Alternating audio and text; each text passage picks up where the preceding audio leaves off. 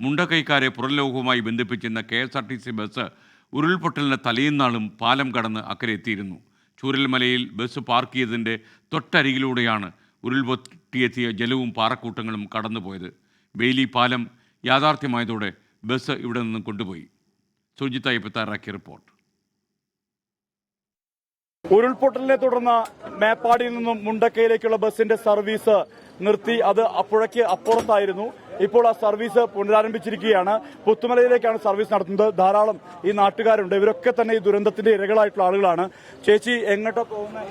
ഞങ്ങള് പുത്തുമല എന്നൊരു ദയിപ്പിക്കുന്നുണ്ട്, ആൾക്കാരെ കൊണ്ടുവന്ന് ദയിപ്പിക്കുന്നുണ്ട്. അപ്പൊ ഞങ്ങളിവിടെ കുറച്ച് ആൾക്കാരേ ഉള്ളൂ. അപ്പൊ ആ ദയിപ്പിക്കുമ്പോ ആ പ്രാർത്ഥനയിൽ ഞങ്ങൾ പങ്കുചേരാൻ പോവുകയാണ്. ഞങ്ങൾ ഈ പ്രദേശത്തുള്ള ചൂരമലക്കാരാണ്.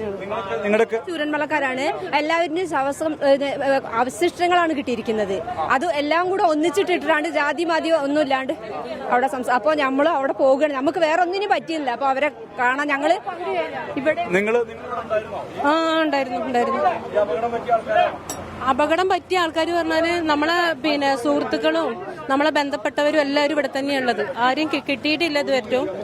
അപ്പോൾ കിട്ടിയവരെ വെച്ചിട്ട് എല്ലാവരും കൂടിയിട്ട് എല്ലാ ജാതി ഭേദമെല്ലാം ഒന്നും നോക്കാതെ ഇന്നവിടെ സംസ്കാരം നടക്കുകയാണ്. എന്തായാലും ഈ ബസ് ഇതിനപ്പുറത്ത്, അതായത് ഈ ഉരുൾപൊട്ടലുണ്ടായ പ്രദേശത്തിന്റെ തൊട്ടപ്പുറത്ത് ഇങ്ങനെ കിടക്കുകയായിരുന്നു. അങ്ങനെ ഒരു അനാഥമായി കിടക്കുന്ന ഒരു അവസ്ഥയാണ് ഉണ്ടായിരുന്നത്. ഈ മുണ്ടക്കൈക്കാരെ യാത്ര ചെയ്യിപ്പിച്ച, മുണ്ടക്കൈക്കാർക്ക് വേണ്ടി യാത്ര ചെയ്ത ബസ്സാണ് KSRTC ബസ്സാണിത്. ഇതിന്റെ ബസ് ജീവനക്കാരൊക്കെ ഇവിടെയുണ്ട്. അവരോടുകൂടി നമുക്ക് സംസാരിക്കാമെന്നാണ് കരുതുന്നത്.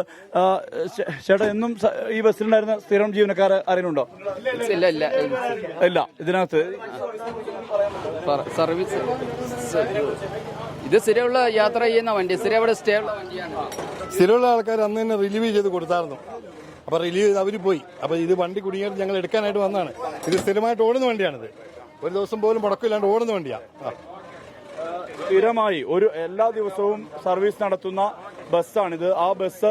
ആ ബസ്സാണ് ഇവിടെ നിന്നും പോകുന്നത്. അതായത് ഈ ദുരന്തം ഉണ്ടായതിനു ശേഷം, ഈ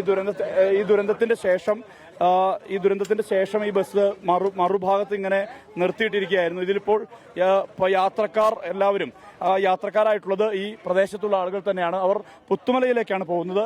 പുത്തുമലയിൽ സംസ്കാരം നടക്കുന്നുണ്ട് ആളുകളുടെ. ആ സംസ്കാരത്തിൽ പങ്കുകൊള്ളുന്നതിന്റെ ഭാഗമായാണ് പോകുന്നത്. ഈ ബസ് ഇവിടുത്തെ ഈ നാടിന്റെ ബസ്സായിരുന്നു. ഈ ബസ് ഉരുൾപൊട്ടൽ സമയത്ത് ഇത് അപ്പുറത്തേക്ക്, പാലത്തിന്റെ അപ്പുറത്തേക്ക് എത്തുകയും അപ്പുറത്ത് നിർത്തി ഇടുകയുമാണ് ഉണ്ടായത്. ഇതിനുശേഷമാണ് ഉരുൾപൊട്ടൽ ഉണ്ടായത്. ആ ഉരുൾപൊട്ടലിന് ശേഷം ബസ് അവിടെ കുടുങ്ങിക്കിടക്കുന്ന അവസ്ഥയായിരുന്നു. ഇതിനുശേഷം ബെയിലി പാലം യാഥാർത്ഥ്യമായി.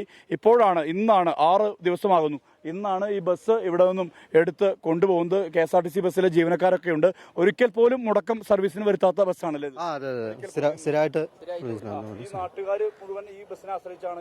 അതെ, ഒത്തിരി ആൾക്കാരുണ്ടായിരുന്നു സ്ഥിരമായിട്ട് പോകുന്നത്. ഇവിടെ മാത്രമേ ഇങ്ങോട്ടുള്ളൂ.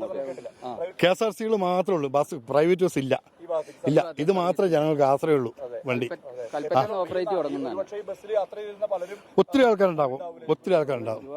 ഒന്നും നമുക്കറിയില്ലല്ലോ. ഈ ബസ്സിൽ ഒരുപക്ഷെ യാത്ര ചെയ്തിരുന്ന ആളുകൾ ചിലപ്പോൾ പലരും കാണാതായിട്ടുണ്ടാകാം, മരിച്ചിട്ടുണ്ടാകാം, അപകടത്തെ തരണം ചെയ്തിട്ടുണ്ടാകാം.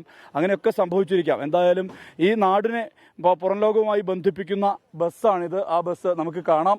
കൽപ്പറ്റ, മേപ്പാടി, ചൂരൽമല, മുണ്ടക്കൈ ഭാഗത്തേക്ക് ഓടുന്ന ആ ബസ്സിന്റെ സർവീസ് ഇവിടെ ഇന്ന് ഏറെ ദിവസത്തിന് ശേഷം, അതായത് 6 ദിവസമായി. 6 ദിവസത്തിന് ശേഷം ഈ ബസ് തിരിച്ച് പുത്തുമല ഭാഗത്തേക്ക് പോവുകയാണ്. പാലം കടന്ന് പുത്തുമല ഭാഗത്തേക്ക് പോകുന്ന ആ കാഴ്ചയാണ് നമുക്ക് കാണാൻ കഴിയുന്നത്. മുനീഫ് തിരൂരിനൊപ്പം സുർജിത്ത് അയ്യപ്പത്ത്, 24 വയനാട്.